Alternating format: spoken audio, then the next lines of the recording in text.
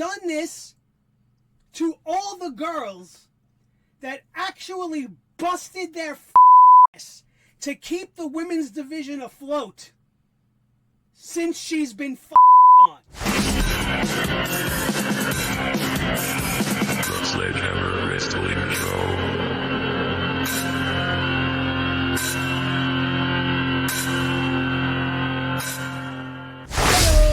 What is up, gang? Thank you for checking out the Sledgehammer Wrestling Show right here on Sledgehammer TV. My name is Nick Nightmare, and in this episode, we are going to bring the hammer down on everything wrong with the 2025 Royal Rumble. And luckily for us, we get to start out real hot right out of the top of the show, because they decided to start the Royal Rumble with the Women's Royal Rumble. And I'm going to be straight out honest with everybody, because that's what I do here on the show. I enjoyed a vast majority of this Women's Royal Rumble. I thought the multiple surprise entrants were very good. There was some really great spots. The one most that stands out to me is watching TNA former Women's Heavyweight Champion Jordynne Grace deliver a Death Valley driver to Piper Niven, which is a feat unlike anything any of the other women could probably pull off on the roster. Lots of really hot moments like that, and I enjoyed it more than any other Women's Royal Rumble in the last 8 years, or however long it's been since we've been having the Women's Royal Rumble. I thought this was one of the better structured ones. I thought the pacing of it was very good. They didn't botch that many spots. The girls all did a fantastic job. However, this really good Royal Rumble for the girls leaves an extremely terrible taste in my mouth because of the winner. And if you could see the rage building up inside of me right now, it's because for the last couple of years, it has been fantastic, especially since I started watching wrestling again, not having the stench of Charlotte Flair poisoning everything in the women's division. I really thought Triple H was better than this. I cannot fucking believe that he gave her this fucking win and immediately puts her back in the main event of WrestleMania. Are you fucking kidding me right now? She should be being demoted. She should be being punished for coming back with a fucked up face. There was so many things on Charlotte Flair that needed to be fixed before she touched her face. Charlotte Flair was not an ugly girl. Charlotte Flair was actually, in my opinion, fairly attractive. I did not, however, think she had the best body. What does this girl do? Instead of enhancing her hips, or maybe getting butt cheek implants, or fixing her, her upper body or whatever, she mutilates her face. She makes herself almost completely unrecognizable. It does not even look like Charlotte Flair. You would be demoted, if not fired. You just ruined the brand. You just ruined your own brand.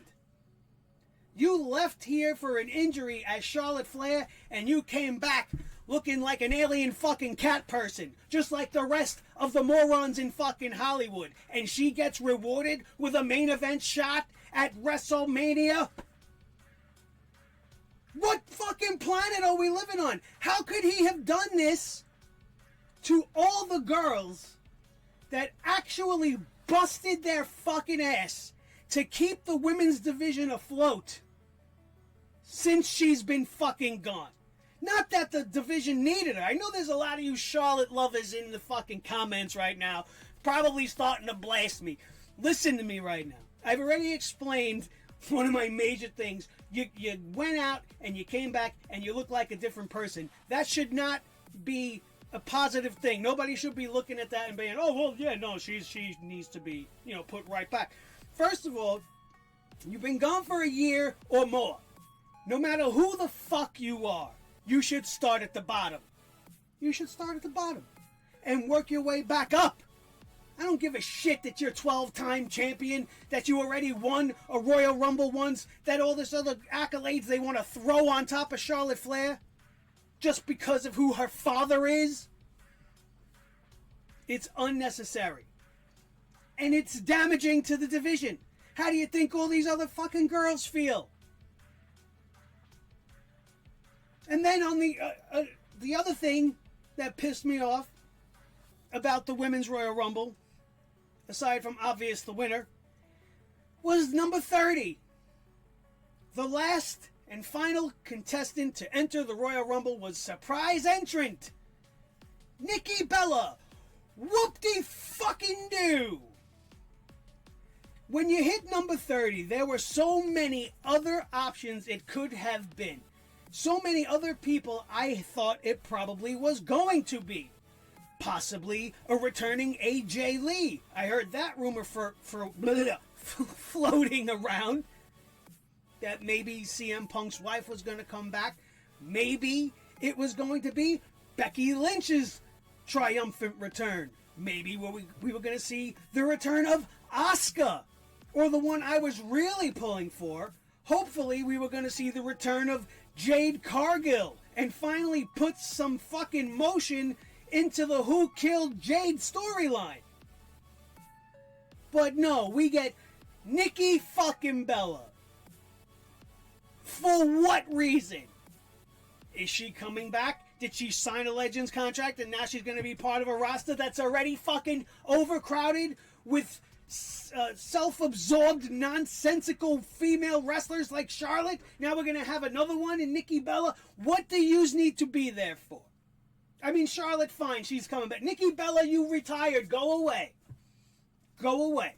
I would say the same thing to Trish Stratus, and that's my girl. That was my crush back in the day when she was red hot and everything was great and her face looked wonderful before she's another one that had to ruin everything with plastic fucking surgery. I would tell her the same thing. Your time is done. You're retired. I don't need you here. I love you, but I don't need you. It was great to have people like Alexa Bliss come back. Thank God, at least for that moment. Somebody I actually give a shit about. Somebody that I've been missing from television. Not Charlotte. I was happy to see her go. Who else in the comments feels bad for Andrade? I know I'm all over the place, but that's how aggravating the whole thing is with Charlotte Flair. She just comes back and gets fucking handed everything. Never mind the work Liv Morgan put in. Not that I'm a big fan of Liv Morgan, but at least she would have had a valid reason to win. She's been putting in the work this year. But what's the real point of the Royal Rumble? They got it right with the men. In a way. We'll get to the men's Royal Rumble in a minute. But the point of the Royal Rumble is to take a superstar who's like right there. Right there. Here's the line. They're right there. They're about to go over the cusp and become a real big star. And use this as a launching pad, sending them to the main event of WrestleMania, signifying that they are next. That they are one of the best, and they have been anointed the future of the company. They did that very well with the men. With the women, they did not. They went back to default. Wouldn't it have been great to even see Jordynne Grace win the Royal Rumble? She just came off one of the hottest TNA Women's Championship runs that they've ever had. She has been in a Royal Rumble before. She has the experience. She's a decorated champion. Why not fast track her? Put her in the main event scene right now. Boom! Why does she gotta go through dipshits like Ivy Nile and Chelsea Green and all these other... No, man. That's Jordynne Grace. She's supposed to be special. She's supposed to matter. Make her matter. Don't just give her a great spot to do. Make her fucking win. Jade Cargill should have fucking came back and won and been like, fuck you, Bianca Belair. Fuck you, Naomi. You just want to screw me over? Screw you. I'm going my own way and I'm going to be the champion. Somebody knew. Even Roxanne Perez. She was in the final 3. I'm sitting there like, wow, what a great thing to do if they get Roxanne Perez to eliminate both Nia Jax and Charlotte Flair in the final 3. She would immediately be in the... But no, we get Charlotte Flair. Biggest thing wrong with this Royal Rumble in its entirety, by far. Number 1, Charlotte Flair winning everything. Number 2, wasting a number 30 spot on a returning Nikki Bella that has absolutely no storyline momentum whatsoever. Moving on. We had the tag team 2 out of 3 falls melee between the Motor City Machine Guns and DIY. I loved this match. This was really, really well done. I understand why they brought in the Street Profits to ruin the 3rd and final fall and get involved, because if you have Motor City or DIY go over clean in this 2 out of 3 falls thing, there's nowhere else to go with them. And obviously this is just getting started. And now they're throwing a very angry Street Profits team into the mix. They feel like they keep getting screwed. They feel like they keep getting pushed over and passed over for opportunities at the championships. And they want in, and they're going to take it by any means necessary, even if it means attacking both teams and ruining the finish to this 2 out of 3 falls match that was supposed to pretty much squash everything between the Guns and DIY. A lot of really fast, really intense action, really reminiscent of old school NXT/TNA tag team wrestling. Really great.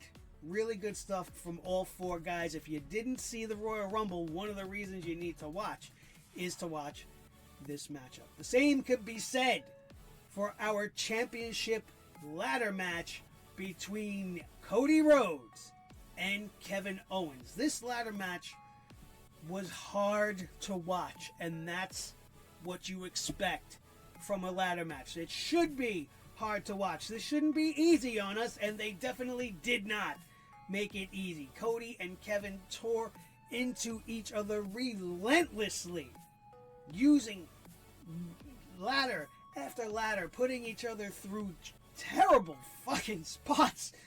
I mean, some of the stuff that they were doing to each other. Package pile drivers on a ladder, then Cody exploding off the ladder from that, and then was out cold on his feet and then flopped on his face like the Nature Boy Ric Flair back in the day. It was devastation. It was chaos. It was carnage. And at the end, the finish was very, very uncomfortable to watch. And to this minute right now, I'm still not even 100% sure if Kevin Owens is okay. I thought he was dead. Cody Rhodes was standing on the announce table with Kevin Owens on his back. And then Alabama slammed him through a steel ladder that was being held up between the ring and the announce table like they do. And Kevin folded like an accordion. Worse than an accordion. He folded like there's nothing folds the way Kevin Owens' body folded. This is a human being. His head was not even visible. I couldn't see his head. I thought he was broke. I thought his neck was broke. I was genuinely in fear for Kevin Owens' life in those moments. Holy shit, man. It was terrifying. And you could see this panic on Sammy's face, and everybody's there, but nobody's trying to get him free. And I'm like, what the fuck are they doing? Get him out of there. I thought he was suffocating. I thought the man was going to die before our eyes. I would like to think that maybe they got in there to get him out, and Kevin was like, no, I'm in this really great spot. I'm comfortable. I'm bleeding, but I'm good. Leave me because the visual is fucking terrifying. That's what I hope happened. And that it wasn't way more real than it was intended to appear to be, which I think is the case. When you saw Kevin finally freed from the mangled steel, it looked like he had gigantic gashes across his face. There was a pool of blood on the floor. Cody Rhodes went to leave the arena like twice and came back around, I think, just to make sure that Kevin wasn't dead, because I think even Cody was concerned. It was an incredible match. Hats off to both these men. Cody Rhodes climbs up, detaches the belts, both belts, and retains the championship. Great. One of the best ladder matches we have seen in quite some time. The same, however, cannot really be said for the men's Royal Rumble. While the winner of this Royal Rumble, I absolutely accept and believe deserves the spotlight, the Royal Rumble itself felt a little bit off to me. And I don't know why that is. It started off very well with Rey and Penta respectively entering at 1 and 2. And then they wanted to play with like the Lucha storyline and the Chad Gable thing, and they started to have entrants coming in, and one after the other I was just like, okay, none of this really means anything until the big guys come out, right? And then we had Roman come out, you had Punk finally show up, everybody was finally out there, and I think everybody went into this match thinking that Punk was going to come out the winner. I don't think anybody really had Jey Uso as the winner unless they're a big Yeet fan, I guess, which it's not impossible that he had people pulling for him. The guy's the biggest, most popular thing on the roster right now. Just story-wise, it just made kind of sense, and you just all kind of thought that it was going to go to Punk, if not to Punk, to John Cena, which almost happened, and I'm really glad that that's not the route they went, but they gave it to Jey Uso in the end. The visual of the arena going berserk at the end of this thing with everybody, 60,000 people yeeting in unison with him, that's what it's all about. And like I said earlier, what is the Royal Rumble for? It's to take that guy who's clearly next and make him next officially by putting him in a WrestleMania main event. Whether Jey wins or loses, main event Jey Uso will have been in a main event of WrestleMania, which as of right now is something that a guy like CM Punk still cannot say. And that's a great story to follow up on in and of itself.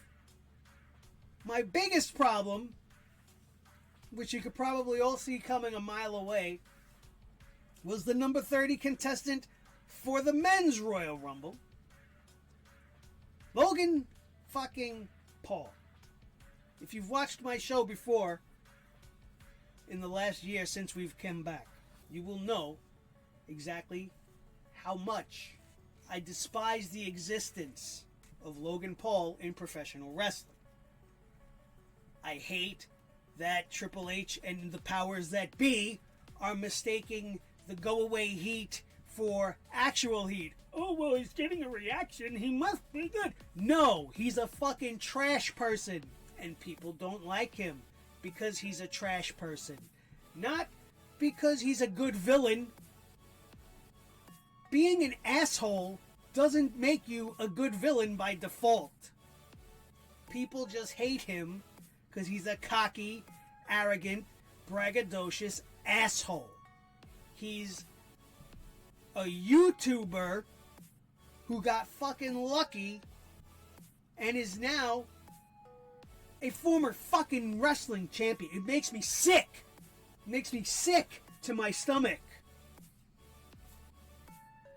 Almost as sick as the fact that fucking I Show Speed was in the Royal Rumble. Now let me make this perfectly clear. I do not intend any disrespect at all to this I Show Speed guy or the other streamer, whatever his name was, Kai Sinat, whatever the fuck it is. It sounds like a Mortal Kombat character. Cool name, great. Still don't fucking know who you are, and I don't have anything negative to say against them personally, because I don't know these gentlemen, and I don't really care about that. But what I do care about is wrestling, and the Royal Rumble specifically. And you're telling me that Akira Tozawa comes out and gets attacked, and then they go to the Gorilla, and we see on camera Triple H is like, well, we have to replace Tozawa, and you have an entire fucking roster of superstars back there who would probably love to be in the Royal Rumble that were not in the Royal Rumble. But you're going to give this spot to this little shit friend of Logan Paul who dresses up in the Prime bottle. Why? Why? Oh, it's funny. It's entertainment. No, it's not. It's stupid. It's fucking stupid. You're supposed to take this at least semi-seriously. This match, the result of this match, if whoever wins gets a shot at the championship at WrestleMania, you put fucking I Show Speed in it. Do you understand that that means that you literally are giving this person that you put in last minute a chance to main event WrestleMania? You couldn't go 5 feet further back from the Gorilla and see who might have been out there in the fucking clothes ready to go? No, you just, oh look, there's I Show Speed right there. Speed, get out there. Speed. What? Why? Oh, I hated it. I hated every fucking minute of it. Almost as much as I hated every minute of watching Logan Paul come down to the ring, and then he ends up. Here's the thing. Here's the funny thing. It's like I'm bugged almost, and it's almost like Triple H is trolling me, because the one thing that pisses me off the most is, you know, Punk's my guy. I'm a big CM Punk guy, as most of you guys might be, and he allowed Logan Paul to eliminate CM Punk, and that just doesn't fly with me, man. And I get it. It's like poetry, right? Because on SmackDown, CM Punk said some shit to Kevin Owens like, oh, well, at least I didn't lose to Logan Paul, right? So now, ha, here's one on you, because now Logan Paul threw you out of the Royal Rumble. So technically, CM Punk has now lost to Logan Paul, if you think about it. So I get it, right? So I never once thought on Friday listening to that was going to lead to this being a reality, and what happened. But man, I don't get it. I don't get it at all. I think that there is no story going forward that includes Logan Paul that I want to be a part of, that I want to watch. And obviously now he's going to be in the target of CM Punk, and I don't care. I don't care. I don't want CM Punk to have to waste his fucking time with a trash person like Logan Paul, who shouldn't even fucking be there. Anyway, let's talk about something fun, which is Jey Uso winning the Royal Rumble. Was a great choice. If you weren't going to give it to Punk, then Jey Uso was a great choice. He's been on a mission to prove himself as a standalone act on his own, as a number one guy. It's just me, Uso.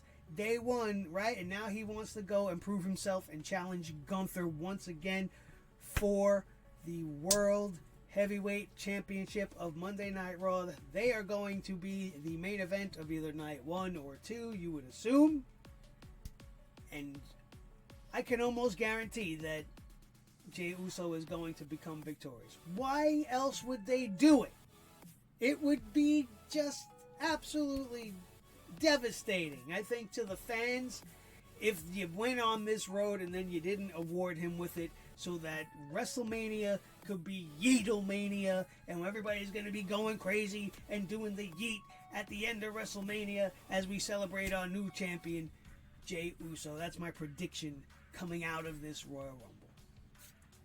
Other than that, there was one little thing also that I heard today, We had the nicest surprise for me in the men. I really didn't care much for most of them, but I loved seeing Joe Hendry show up. I thought he could have had a better showing. I thought they could have let him have a little better shine. And also the return of AJ Styles. Two fantastic things in this Royal Rumble that made me very happy. I was happy to see that. But I also heard something about Drew McIntyre being really pissed and walking off before the Royal Rumble was even concluded because something, I guess, happened during his elimination. I have since gone back and watched just that spot again, and I don't really know what he's crying about. Like, nothing looks botched. There's one small little interaction that features LA Knight maybe getting in the way slightly for a second, but nothing of substance. Nothing really that I would see that would cause him to flip out and be mad and act like, oh, this guy ruined it and it's all about himself and had to get his stuff in and all these things that he supposedly said backstage before he walked off. I wouldn't be surprised if this was all thrown out there just as like a storyline thing so he can come back and maybe he's going to have a feud with possibly Damian Priest, possibly LA Knight. I couldn't imagine who else it could be because nobody else was involved. Drew came in fairly late. He was eliminated after Logan Paul, and the number 30 number was already done, so we had nobody else coming out. I don't see where the mistake was. If you did, let me know in the comments below, because I don't know what the fuck he's bitching about. Everything looks fairly on board. Everything looks fairly clean, and I don't see what the problem is. But apparently Drew McIntyre's got a problem today with how things went down, and it's with a specific wrestler, and we do not know who that wrestler is as of this recording. If I find out any more, I'll try to come back and tell you everything I know. So that was the Royal Rumble in a nutshell. We're not going over every little thing, because not every little thing deserves attention. If you want to go see it for yourself, go right ahead. Yes, we had some great stuff from Jacob Fatu. We had some great stuff from Braun Breaker. We had some really cool stuff in the Royal Rumble, as always. As always. The winner for the men, fantastic. Winner for the women, God, just get it over with. I don't even care. I don't want to see anything with the women's division going forward if it has anything to do with Charlotte Flair. It just doesn't exist to me. And you could add Nikki Bella to that list. If she comes in and has another run now, I have zero investment in it at all. If she wanted to just come back and you can look but you can't touch at the fucking Royal Rumble and then go back to doing whatever the hell else it is she's doing nowadays, then that's fine. That's fine. Otherwise, hell no. I don't want to go through all of that again. How many of you think she's only around because John Cena's back around? You know what I'm saying? Her life didn't turn out the way she wanted. Maybe she wants to go back to being with John Cena. All of a sudden, every time Cena's at a show, we see Nikki Bella. Weird coincidence? I don't know. You tell me what you think. Anyway, those are my thoughts on the Royal Rumble. What was your thoughts? I would be very interested to find out. If you missed my review of Saturday night's main event, it'll be listed somewhere on this screen, probably around here, I would say. Thank you so much for joining me. Thank you for enjoying wrestling with me. Thank you so much for being a member of the Sledgehead Army, and don't forget to do all of the YouTube things. If you are here with me after 28 minutes of me rambling on and screaming and yelling about how terrible fucking Charlotte Flair is, hit that subscribe button, smash a like, and we will see you